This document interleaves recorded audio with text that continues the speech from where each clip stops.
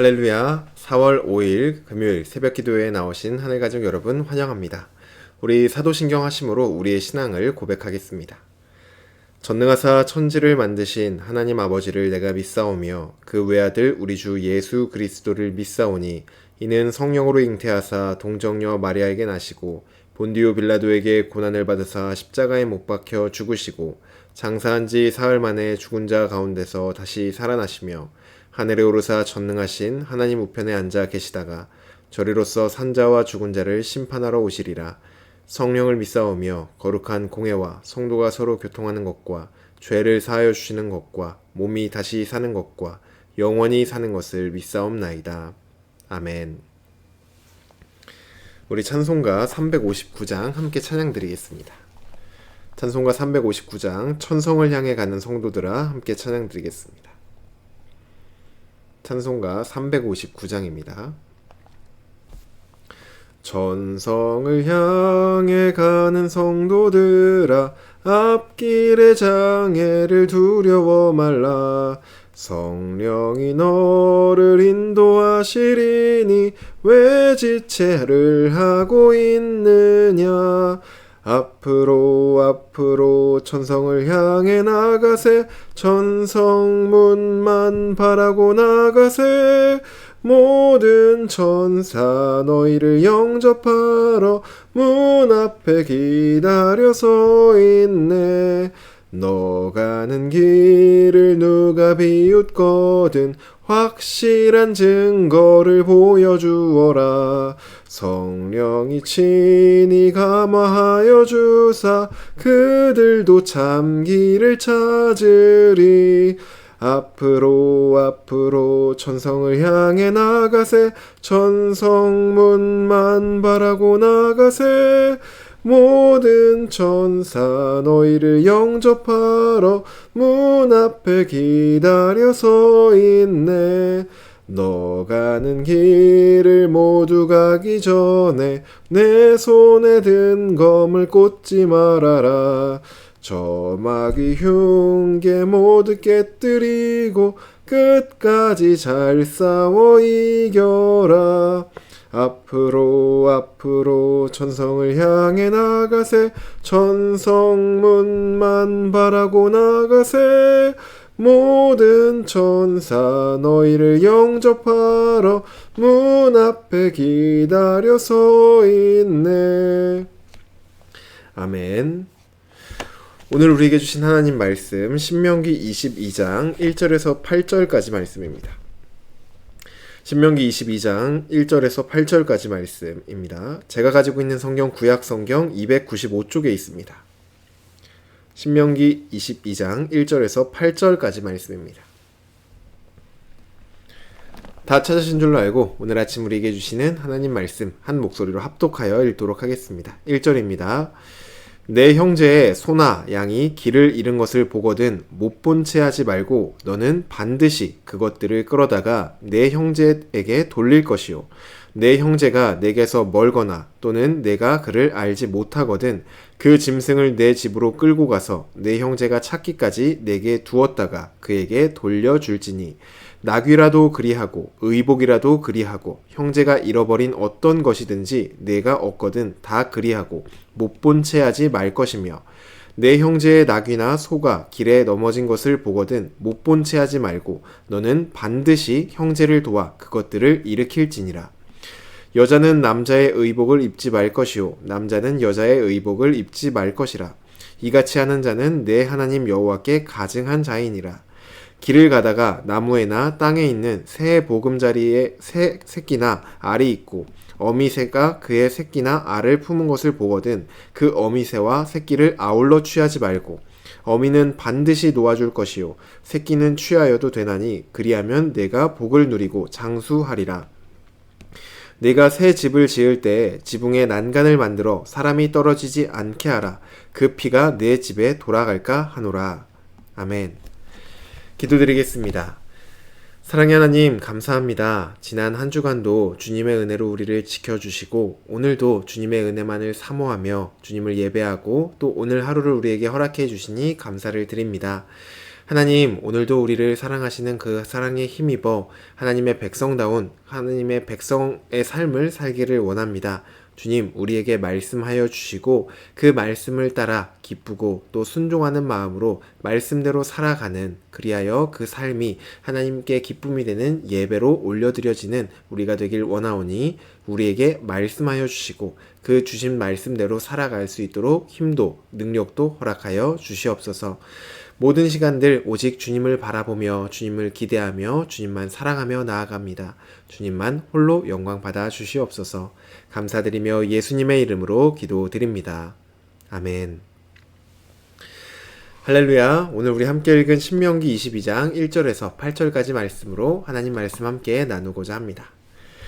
네, 오늘 우리가 함께 읽은 본문을 보시면 하나님의 백성이 살아야 될 여러 가지 삶의 방식들에 대해서 말하고 있는 것을 보실 수 있습니다. 1절부터 8절까지 다양한 내용을 담고 있지만 크게 오늘은 거룩이라는 주제로 본문을 함께 살펴보려고 합니다. 하나님의 백성은 이 세상과는 구별된 삶을 살아야 되지요. 그리고 이 세상의 기준과 가치를 따르지 않는 삶, 그것이 바로 거룩한 삶입니다. 그렇다면 우리, 하나님의 백성인 우리가 살아야 될 거룩한 삶은 구체적으로 어떤 삶을 살아야 되는 것일까요? 오늘 본문에서 우리가 그 거룩한 삶의 구체적인 예로 한 가지를 좀 살펴보려고 합니다. 그것은 우리가 살아내야 될 이웃을 사랑하는 삶입니다. 1절부터 3절을 보시면 형제가 소나 양 그리고 그 외에 어떠한 물건을 잃어버렸을 때 그것을 못 본 채 하지 말고 반드시 그것을 형제에게 돌려주어야 한다고 오늘 본문이 말을 하고 있습니다. 혹시나 누가 잃어버렸는지를 모를 경우에는 그것을 집으로 가지고 와서 집으로 데리고 끌고 와서 잘 보살피거나 잘 보관하였다가 주인이 찾으러 오면 그것을 돌려주어야 한다고 말하고 있습니다. 또 본문 4절을 보시면 길을 가다가 형제의 나귀나 소가 넘어진 것을 보면은 그것을 못 본 채 하지 말고 반드시 그 형제를 도와주어서 그 넘어진 동물을 일으켜 주어야 한다라고 본문이 말하고 있습니다. 또 이어서 6절과 7절 말씀을 보시면 길을 가다가 새 둥지를 발견했는데 그 새 둥지 안에 어미새가 있고 또 그 어미새가 낳은 새끼새나 혹은 알이 있을 때 그 알이나 새끼는 취해도 되지만 어미새와 함께 그 모든 것들을 취하지는 말아라, 이렇게 말하고 있습니다. 이 본문은 여러 가지 의미로 좀 해석할 수 있겠지만 하나님께서 창조하신 이 창조 세계의 유지를 위해서 내 욕심을 따라서 어미새와 또 그 새끼나 알을 한꺼번에 다 잡지 말고 어미새는 남겨두어라 라고 우리가 이해할 수 있습니다. 또 다른 한편으로는 내 욕심을 위해서 이 어미새와 새끼새, 그 알, 그 모든 것들을 다 취하여서 다른 형제들이 얻을 것이 없게 만들지 말라는 것으로 우리는 이해할 수도 있습니다.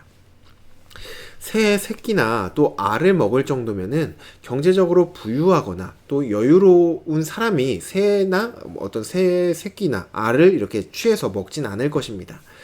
그런 것들을 찾고 또 그런 것을 취하려고 하는 사람은 보통은 여유롭지 못하고 또 재정적으로 어려운 형제 자매일 수 있습니다.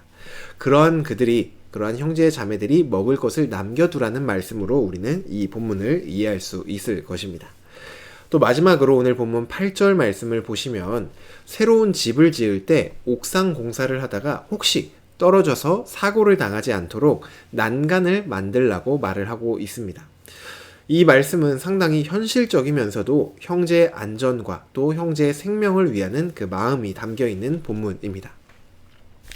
네, 지금까지 살펴보았던 세 가지 말씀 내용을 좀 살펴보면은 첫 번째로는 이웃이 가축이나 물건을 잃어버렸을 때 그것을 찾아주고 또 혹시나 넘어지거나 이랬을 때 그것을 반드시 일으켜 주어서 재산상의 피해가 가지 않도록 이웃을 도와주라, 이런 말씀으로 우리가 이해할 수 있을 것입니다.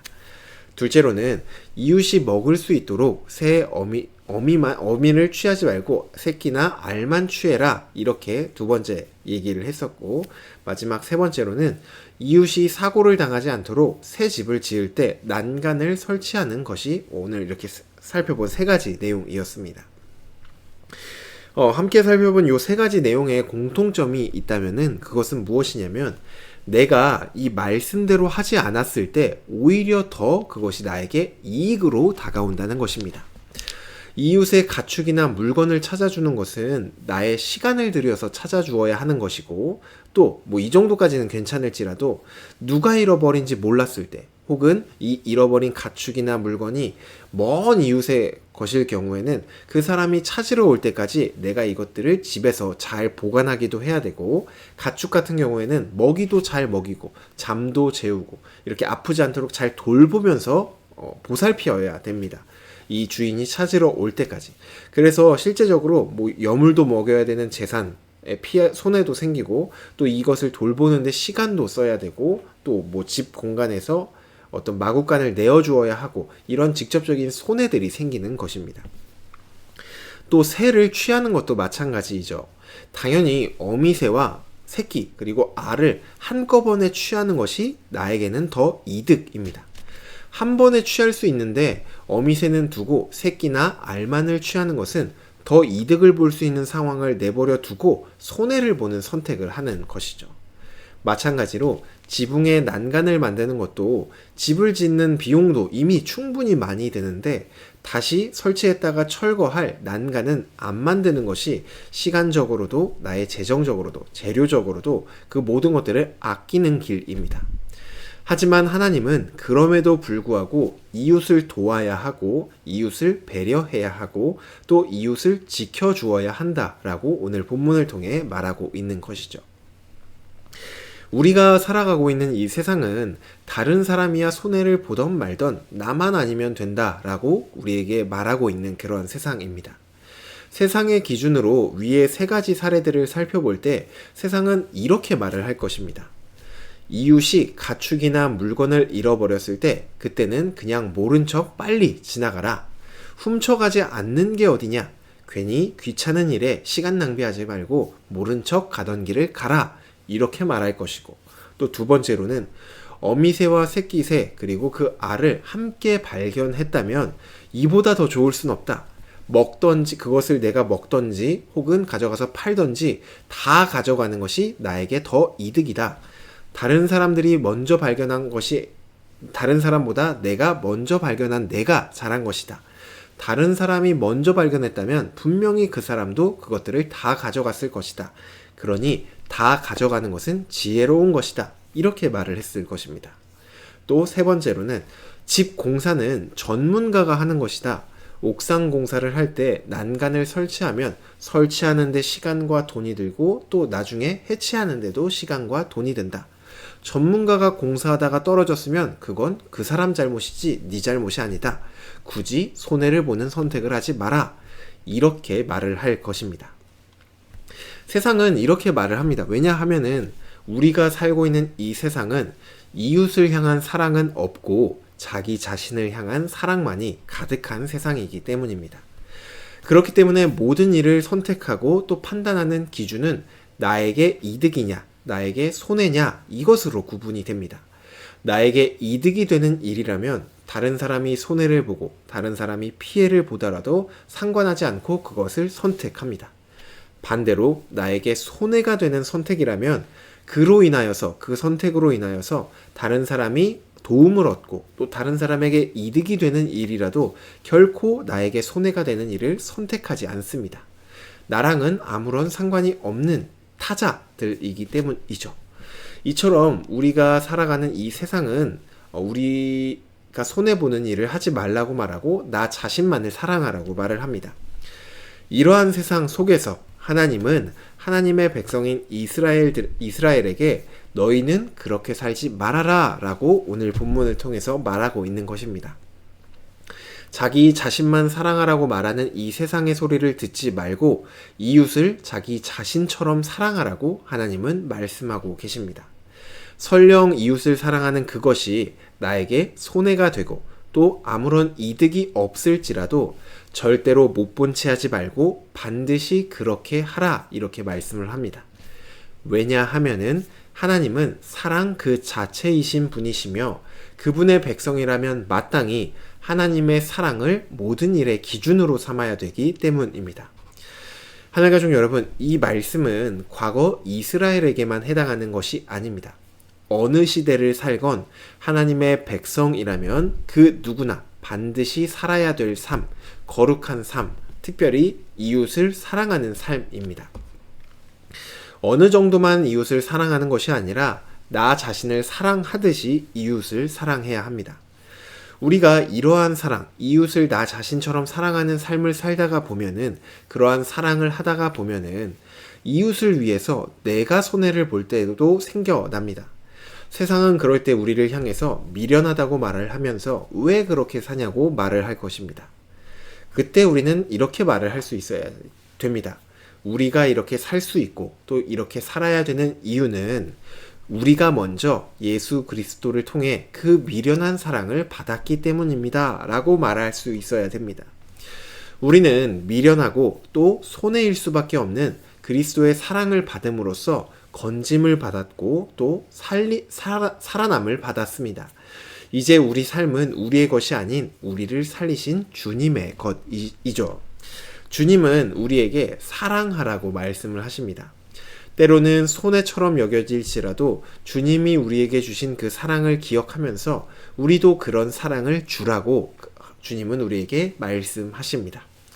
하나님 가족 여러분, 이러한 사랑이 우리 안에 가득히 넘쳐 흐르기를 주님의 이름으로 축복합니다.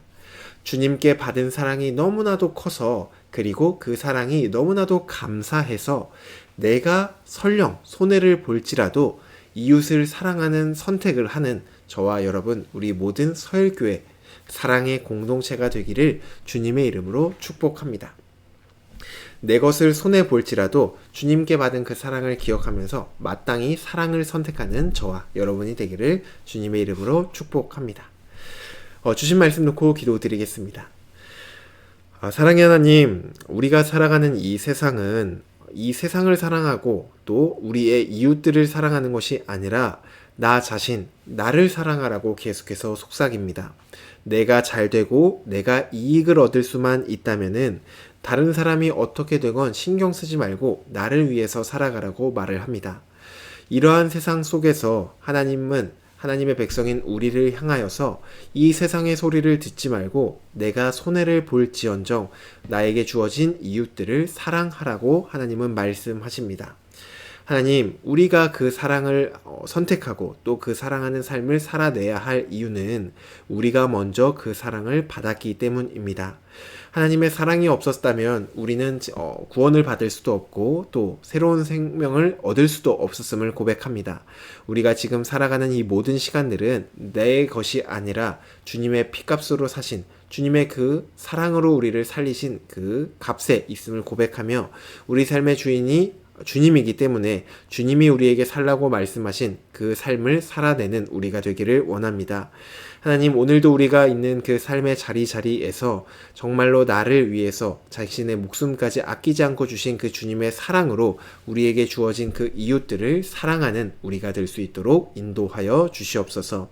그리하여 우리의 그 사랑을 통하여 그리스도의 사랑이 전해지고 그리스도의 복음이 전해지는 그 놀라운 은혜의 역사가 일어날 수 있도록 우리를 사용하여 주시옵소서. 감사드리며 예수님의 이름으로 기도드립니다. 아멘. 네, 오늘 예배를 마쳤습니다. 하늘가족 여러분, 오늘도 우리가 있는 그 자리에서 다른 어떠한 것을 기준으로 삼고 선택하는 것이 아니라 그리스도의 사랑을 기준으로 삼고 나보다 이웃을 내 몸과 같이 사랑하는 그 선택을 하는 저와 여러분이 되기를 간절히 소망합니다. 오늘 하루도 사랑으로 살아내는 저와 여러분 되기를 바랍니다. 네, 오늘은 금요일로 금요 성령 집회가 있습니다. 함께 나오셔서 하나님의 말씀을 듣고 그 말씀대로 또 순종하고 또 그 말씀을 위해서 그 말씀대로 살기 위해서 함께 기도하는 은혜의 시간으로 보내시면 좋겠습니다.